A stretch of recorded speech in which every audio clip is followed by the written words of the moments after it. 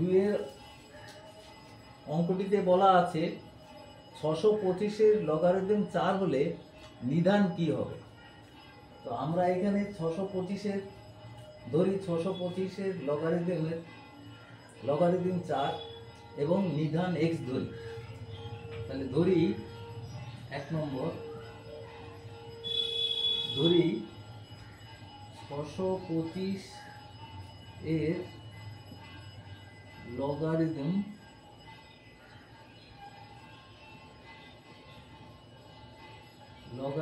4 এবং নিধান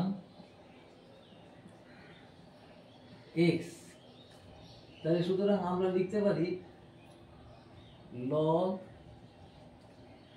625 নিধান 4 নিধান x equal to 4।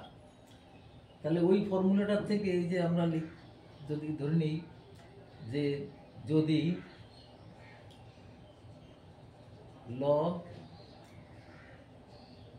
m base a equal to x হয়, তাহলে আমরা লিখতে পারি a two the power x equal to m। তবে এটা হয়, তাহলে আমরা লিখতে পারি x to the power 4 equal to 625। তাহলে x to the power 4 equal to লিখতে পারি এটা 5 টু দি পাওয়ার 4।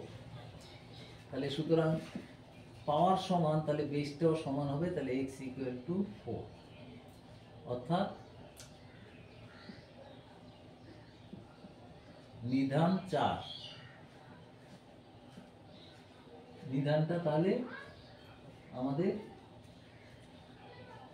না নিধানটা 5 হবে, সরি 4 4 সমান নিধান 5।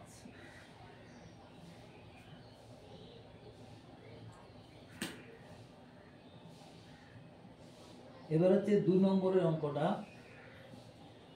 2 নম্বরটা একই ধরনের অঙ্ক। ধরি 5 টু লগারিদম তাহলে 6 নিধানটা কত হবে। তো আমরা একইভাবে করব 5 6 3 8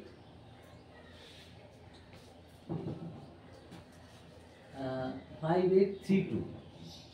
ধরি 5 8 3 2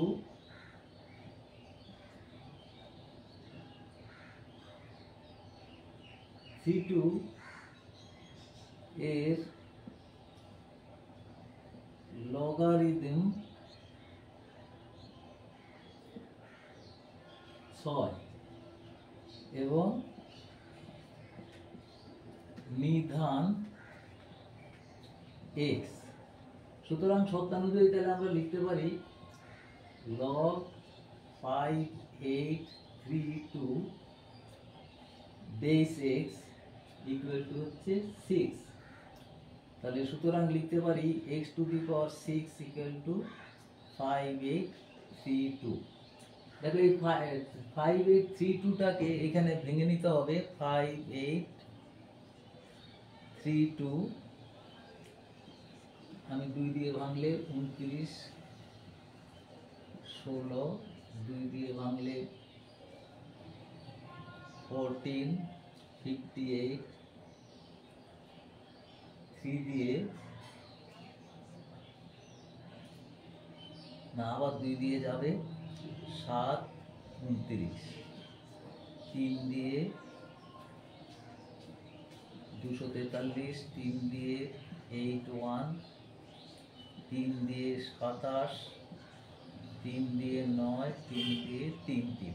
তাহলে 1 2 3 4 5 6টা 3 আর 2টো 3। তাহলে এটা লিখতে পারি x to the power 6 equal to হচ্ছে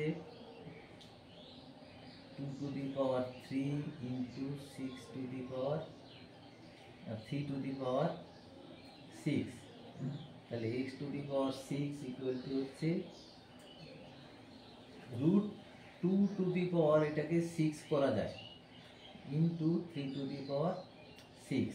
তাহলে x to the power 6 equal to হচ্ছে 3 রুট 2 টু দি পাওয়ার 6। তাহলে পাওয়ার সমান, তাহলে বেসটাও সমান হবে x ইকুয়াল টু 3 রুট 2। অর্থাৎ নিধান 3√2, এটাই অ্যান্সার।